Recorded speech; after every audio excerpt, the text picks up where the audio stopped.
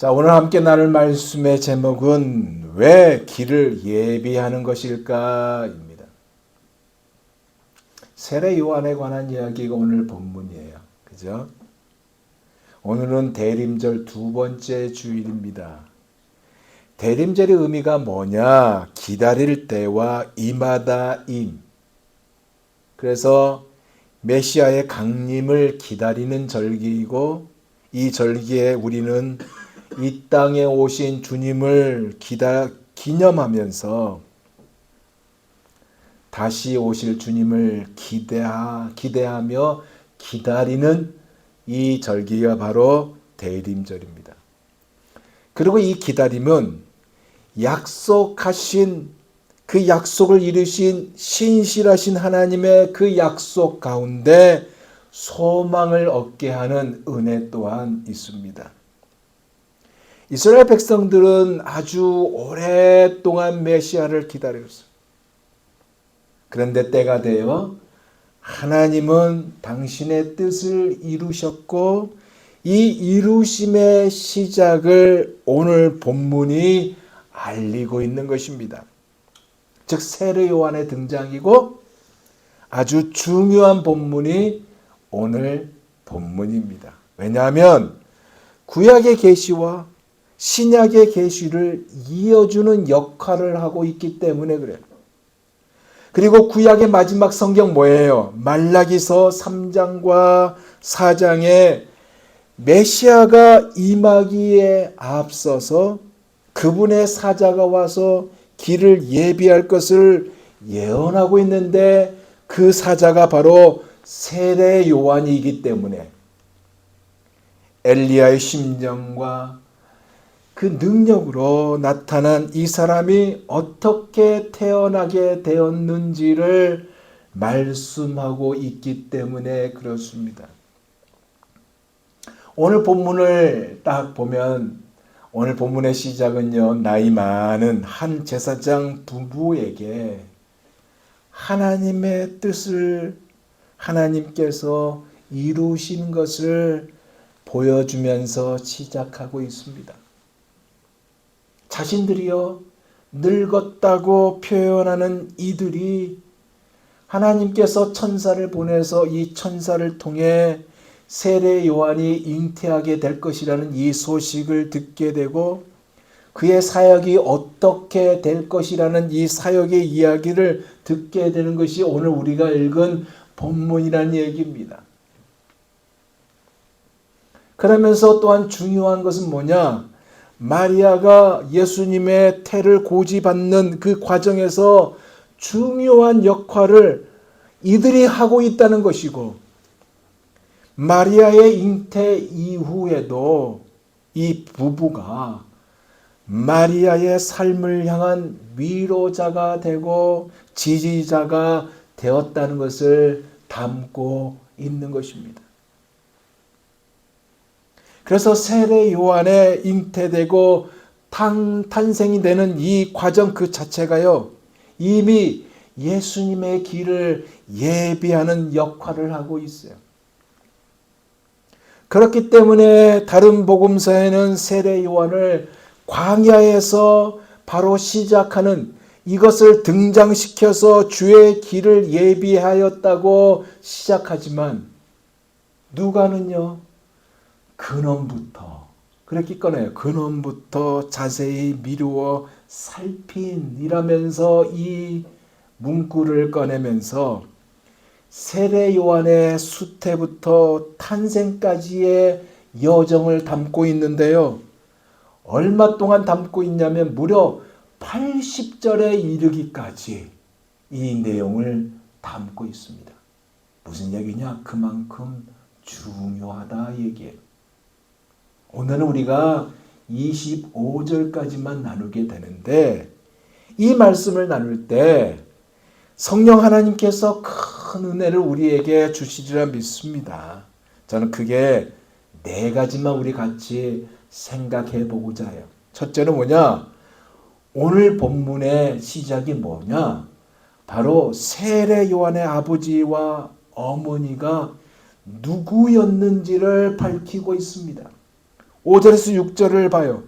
유대왕 헤롯 때에 아비야 반열의 제사장 한 사람이 있었으니 이름은 뭐요? 사가라요. 그의 아내는 아론의 자손이니 이름은 엘리사벳이라. 이 두 사람이 하나님 앞에 의인이니 주의 모든 계명과 규례대로 흠이 없이 행하더라. 그랬어요. 여기에서 주 앞에 큰 자였다, 즉 의인이었다라고 표현하고 있습니다.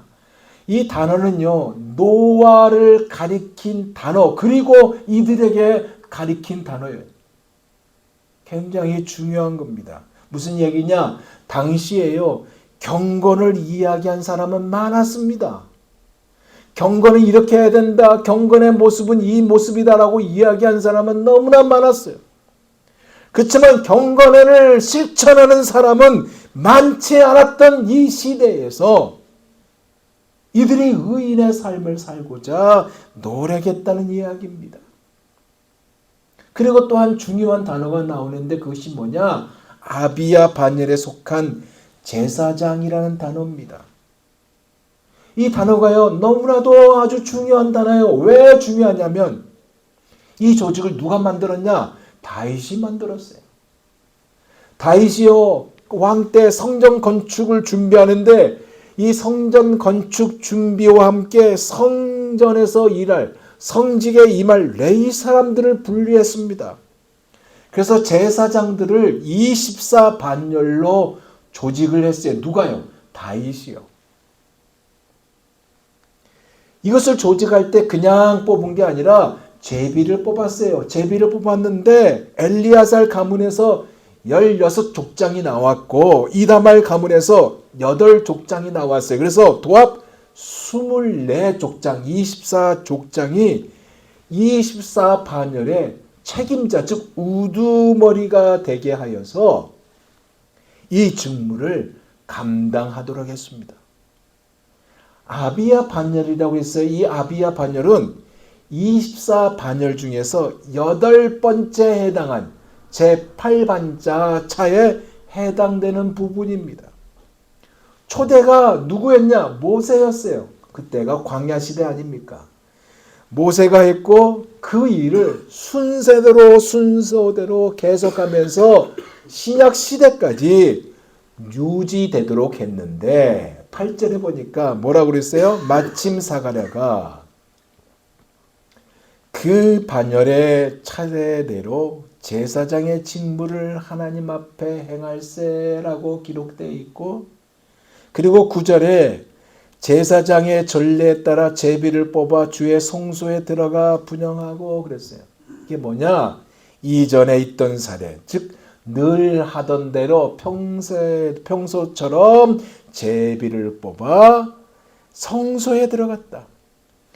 이 24반열의 제도에 따라 1년에 2번씩 일주일 동안 성전 봉사 직무를 감당하도록 했다. 근데 왜 중요하냐? 중요한 이유가 뭐냐? 신구약, 구약과 이제 신약으로 건너오는데 이 중간에 중간사가 있습니다. 중간기가 있죠. 이 중간기가 400년 동안 보내게 돼요. 그것이 중간사입니다. 이 시기를 가리켜서 역사적으로 흑암의 시대였다라고 얘기해요. 근데 이 시기 때 이스라엘 백성들이 이 시기를 이기고자 뭐를 했냐면 지도자들과 온 백성들의 하나가 되어서 혈통을 성별시키고 영적으로도 각성하고자 노력을 했습니다. 근데 세월이 지나가면서 제사장들이요, 아주 극심한 타락을 해버립니다. 직분을 악용해가지고 하나님의 말씀도 버리고 언약도 파하고 말라기에서 2장 7절에서 8절에 나온 말씀대로 그런 상황이 되게 만들었습니다. 그런데도 하나님은요, 당신의 구속사적인 이 경륜 속, 무슨 얘기냐? 하나님께서 직접 이 땅으로 침입하는 예수 그리스도를 이 땅에 보내는 구속사적 경륜 속에서 이 24 반열 제도가 계속 유지되도록 했습니다. 즉 왜? 예수님께서 이 땅에 오실 일을 하셨다는 것입니다. 이 일의 순서가 되어서 당시 아비야 반열에 속한 제사장 사가랴가, 그가 누구라고요? 하나님 앞에 의롭고 율법에 흠이 없다고 그랬어요. 흠이 없는 그에게서 세례 요한이 나오게 하심으로, 즉 예수 그리스도가 이 땅에 오시는, 당신께서 오시는 길을 예비하셨다, 그 얘기입니다.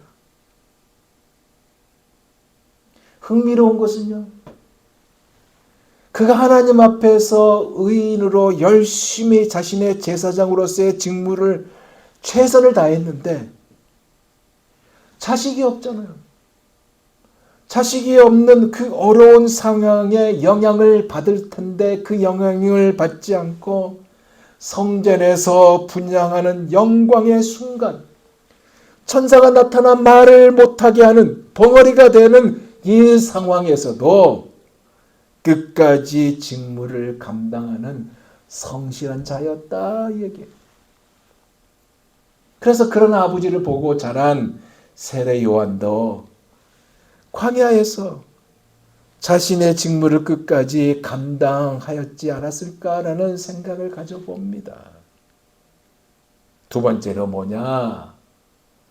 그들에게 하나님의 은혜가 임하였다는 것입니다.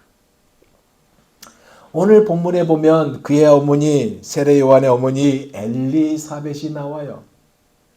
그가 누구의 자손이었다고요? 아론의 자손이었다고 합니다. 아론의 자손은 뭡니까? 레위 자손이었다. 이 말이 주는 의미가 뭘까? 제사장의 딸로 경건을 어릴 적부터 익힌 사람이었다, 입니다. 모태신앙이었다. 교회 생활이 너무나 익숙한 사람이었다. 교회 문화가 익숙한 사람이었다. 아버지가, 어머니가, 친구가, 또한 권사님이, 장로님이 기도하는 그것을 보고 자랐다, 그 얘기입니다. 그런데 그러면 하나님의 축복을 많이 받아야 되잖아요. 하나님의 축복을 누구보다도 받았어야 할 이 부부가 뭐가 없어요? 나이가 많았는데, 나이가 많도록 자식이 없었다는 겁니다. 이것이 흠이었고 수치였어요.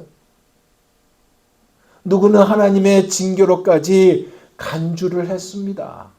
왜? 자식은 하나님의 주신 축복이라고 그렇게 여겼기 때문에 그래요. 그래서 곱지 않는 시선을 받으면서 신앙생활을 또 사역을 했지 않았을까? 그런데도 자기가 맡은 일, 즉 순수가 되어 제사장의 직무를 하나님 앞에서 변함없이 그리고 정성으로 행하는 그였고, 그들에게 하나님의 은혜가 입었다는 얘기입니다. 사가랴가 성실히 이 사역을 감당하는 모습을 9절에 뭐라고 기록하냐고 있냐면 주의 성전에 들어가 분향하고 그랬어요. 성소 안에서 금향로 위에 분향하고 라고 기록하고 있어요. 백성들은 밖에서 기도하고 있다고 그랬어요. 근데 이때 하나님의 은혜가 임했는데 누가 나타나 무엇을 전해요? 천사가 나타나 기쁜 소식을 전합니다. 13절을 보세요. 뭐라고 기록되어 있어요? 너의 간구함이 뭐라고요? 들린지라. 내 아내 엘리사벳이 내게 아들을 낳아주리니 그 이름을 요한이라 하라. 무슨 얘기예요?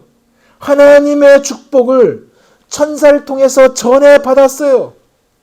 응답을 받았는데 개인적 기도와 함께 이스라엘 전체를 위한 중보 기도가 응답된 것입니다. 이것이 너무도 기쁘고 많은 사람도 이것을 통해서 기뻐한다고 말씀하고 있어요. 바꿔 말하면 주 앞에 큰 자가 될 자를 이들 부부가 양육하게 하나님께서 하셨다, 그 얘기입니다. 세 번째로 그런데 사가랴가 이것을 믿었다? 믿지 않았다는 것입니다. 노년인 자신들에게 이런 일이 일어날 것에 대해서 믿지 않았어요. 하나님은 능치 못할 일이 없다는 사실을 알고 있는데도 불구하고 믿지 않아서 그가 천사에게 이 질문을 던지지 않습니까? 18절을 보세요. 뭐라고 기록되어 있어요? 사가랴가 천사에게 이르되 내가 이것을 어떻게 할리요? 내가 늙고 아내도 나이가 많으니이다. 바꿔 말하면 내가 어떻게 이것을 합니까? 어떻게 이것을 알아요? 나도 늙고 아내도 늙었고 나이가 많은데 이것이 가능한 일입니까? 라고 따지면서 질문을 했던 것입니다. 근데요, 그가 이미 완성된 구약 성경을 통해서 하나님께서 어떻게 역사하셨는지, 하나님의 뜻이 무엇인지요, 마노아의 아내가 어떻게 삼손을 낳았는지, 한나가 어떻게 사무엘을 낳았었는지 알고 있었던 자입니다. 근데 정작 이 일이 자신에게 임하는 것에 대해서, 이 은혜에 대해서 믿지 않았다고 얘기해요. 왜 믿지 않았을까요?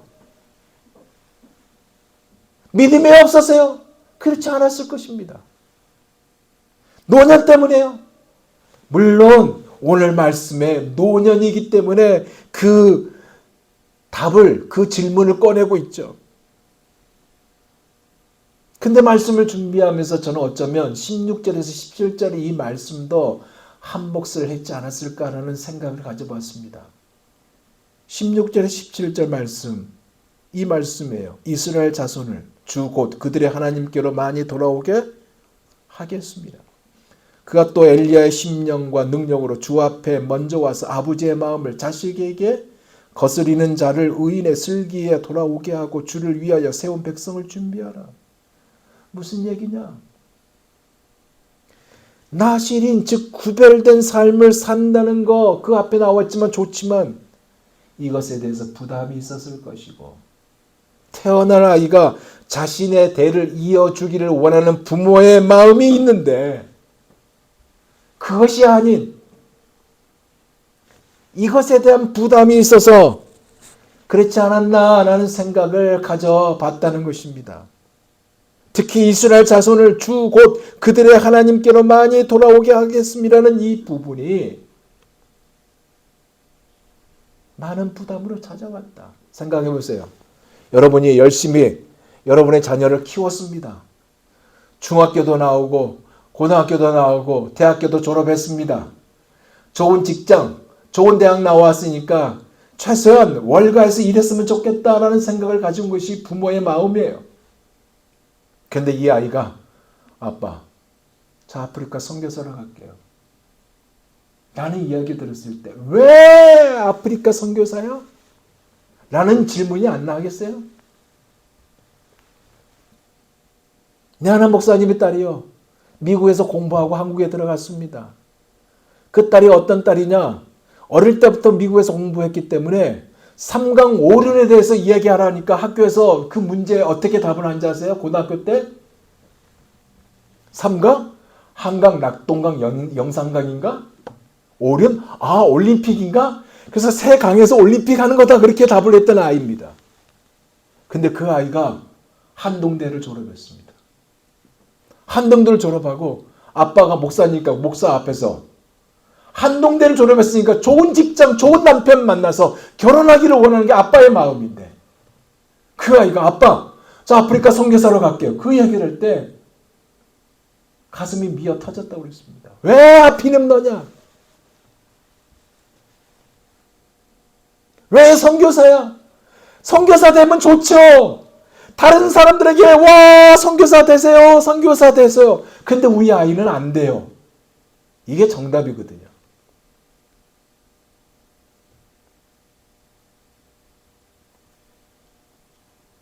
어쩌면 사가랴도 이 마음이 있지 않았을까요? 요한의 삶 전체가 이스라엘 자손이 하나님께로 돌아오는 것이고 선택받은 백성임에도 계속해서 하나님을 떠나간 그들이 하나님께로 돌아오게 하는 이 회개하는 이 사역을 한다는 말씀에 부담을 느끼지 않았을까라는 얘기입니다. 백성들을 하나님께로 돌아오게 하는 이 일은 선지자들이 하는 일이에요. 누구나 다 하는 일입니다. 이 일을 했지만 백성들이 계속 떠났잖아요.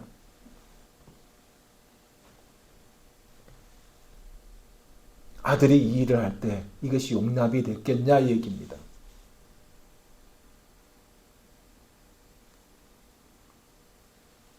약속된 메시아의 선구자로서 와서 하나님의 궁극적인 목적, 주를 위하여 세운 백성을 준비시키는 이 일을 한다는 것에 부담이 있었지 않았냐 그 얘기예요. 이에 천사가 어떻게 답을 합니까? 20절 보세요. 보라, 이 일이 되는 날까지 내가 말 못하는 자 벙어리가 되어 능히 말을 못하리니 이는 내가 내 말을 믿지 아니함이거니와 때가 이르면 내 말이 이루어지리라 하더라. 말을 못하게 벙어리가 되게 했어요. 이게 여기에서 주는 우리에게 주는 교훈이 있습니다. 그게 뭔지 아세요? 히브리서 11장 6절 말씀대로 우리는 그 사실을 믿어야 합니다. 그 말씀이 뭐냐? 믿음이 없이는 기쁘시게 못하나니 하나님께 나아가는 자는 반드시 그가 계신 것과 또한 그가 자기를 찾는 자들에게 상 주시는 이심을 믿어야 할지니라. 이 모습이 우리가 되기를 원합니다. 아멘. 그래서 마지막 네 번째는 뭐냐? 그의 거쳐가는 광야의 삶을 말씀을 통해서 암시하고 있다 얘기입니다. 15절 17절을 다시 봐요. 이는 그가 주 앞에서 큰 자가 되며 포도주나 독한 술을 마시지 아니하며 모태로부터 성령의 충만함을 받아 이스라엘 자손을 주 곧 그들의 하나님께로 많이 돌아오게 하겠습니다. 그가 또 엘리야의 심령과 능력으로 주 앞에 먼저 와서 아버지의 마음을 자식에게 거스리는 자를 의인의 슬기에 돌아오게 하고 주를 위하여 세운 백성을 준비하리라. 뭐예요? 이 말씀에서 암시하고 있는 단어가 광야라 얘기예요. 그럼 왜 광야일까? 아버지 소원이 뭐예요? 아버지 소원대로라면 그 시대에 주류 종교사의 무대였던 예루살렘과 예루살렘 성전에 그대로 순응하면서 사는 것 이거 아니겠어요? 그래서 틀림없이 그 시대에 대제사장의 반열에 오르게 되는 것이 아버지의 소원일 것입니다. 안 그래요? 그런데 이 모든 기득권을 다 버리고 유대 광야로 뛰쳐나갔어요. 그래서 요단강에서 도래하는 하나님의 나라 앞에서 회개하라고 외치며 회개의 세례를 베푸는 자가 바로 세례 요한 아닙니까? 즉 주의 길을 예배하는 중요한 근거가 되었다 그 말입니다. 이것을 하나님이 하게 하셨어요. 근데 이 일을 하나님이 하게 하셨는데 그냥 한 게 아니고 여기에는 상당한 시대적인 배경이 존재하고 있습니다. 그것이 뭐냐? 당시 4대 인물과 밀접하게 관계되어 있어요. 누가복음 3장 1절에서 2절에 보면요. 이 4명의 인물이 등장합니다.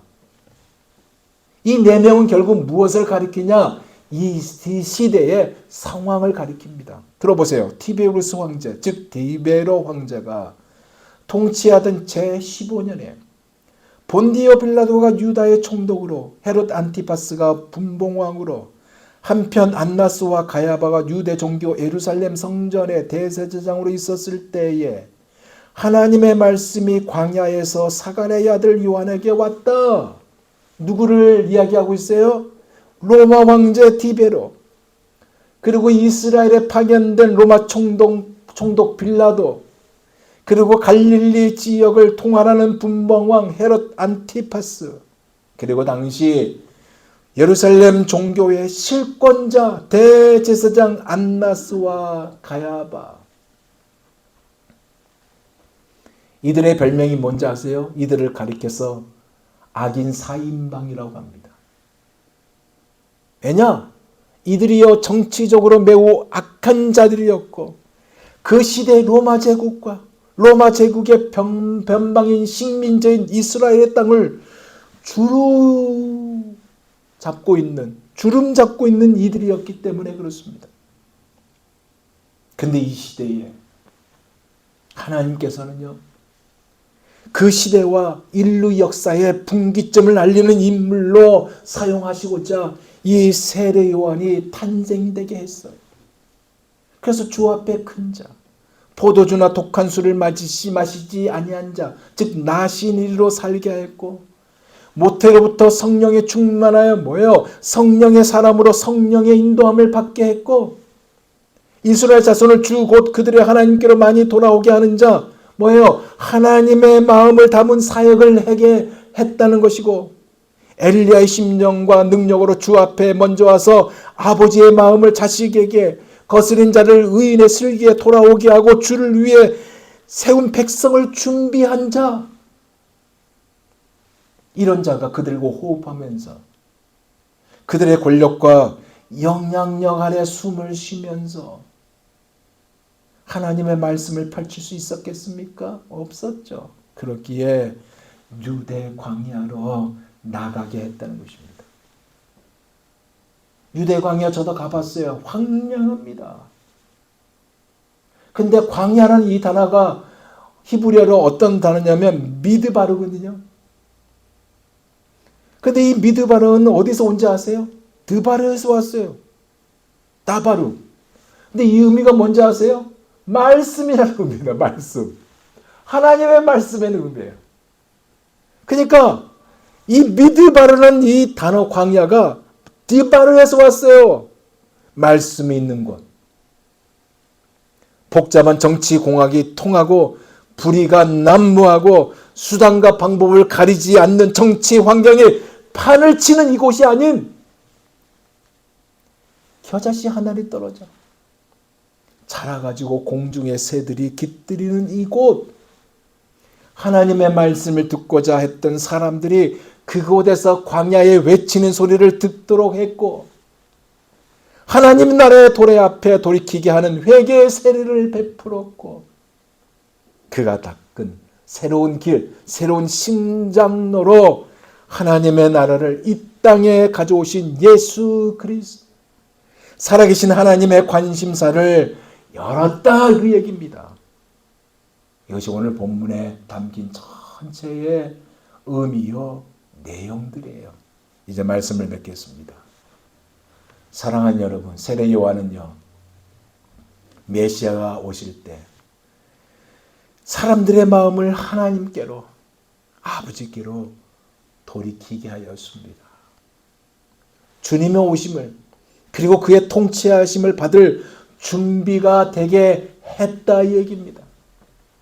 세례를 베풀었어요. 세례를 통해서 자신의 더러움을 씻도록 요구함으로 주님의 오실 길을 쉽게 만들었습니다. 골짜기를 깎았고요.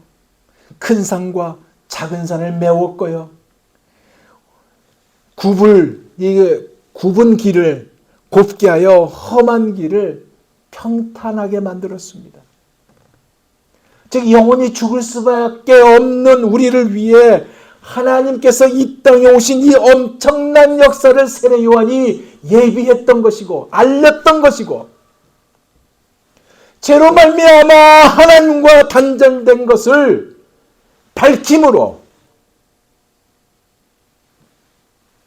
하나님께서 오신 길을 닦았습니다. 그러기에 말씀을 통해서 우리에게 주신 하나님께서 원하신 것이 있는데 그것이 무엇일까? 오늘 세례 요한을 통해서 우리에게 하신 말씀이 무엇일까? 세례 요한처럼 그가 예수님을 보자마자 뭐라고 그래요? 세상 죄를 지고 가르친 하나님의 어린 양이라고 밝혔습니다. 예수 그리스도가 누구인지, 하나님께서 우리에게 허락한 일터가 있잖아요. 가정이 있잖아요. 삶이 있잖아요. 그 삶 속에서 예수 그리스도가 누구인지 정확하게 밝히는 우리가 되어야 하고, 사람들로 하여금 세례요한이 예수님이 누구인지 주목하게 했던 것처럼 우리 또한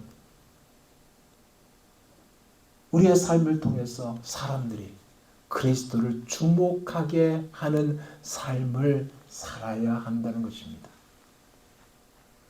구별된 삶을 살았어요. 우리 또한 구별된 삶을 살고자 발부둥치고 하나님께서 인정하는 삶을 살아서 주 앞에서 큰 자라고 인정받았던 것처럼 우리 또한 하나님께 인정받는 우리가 되자는 것입니다.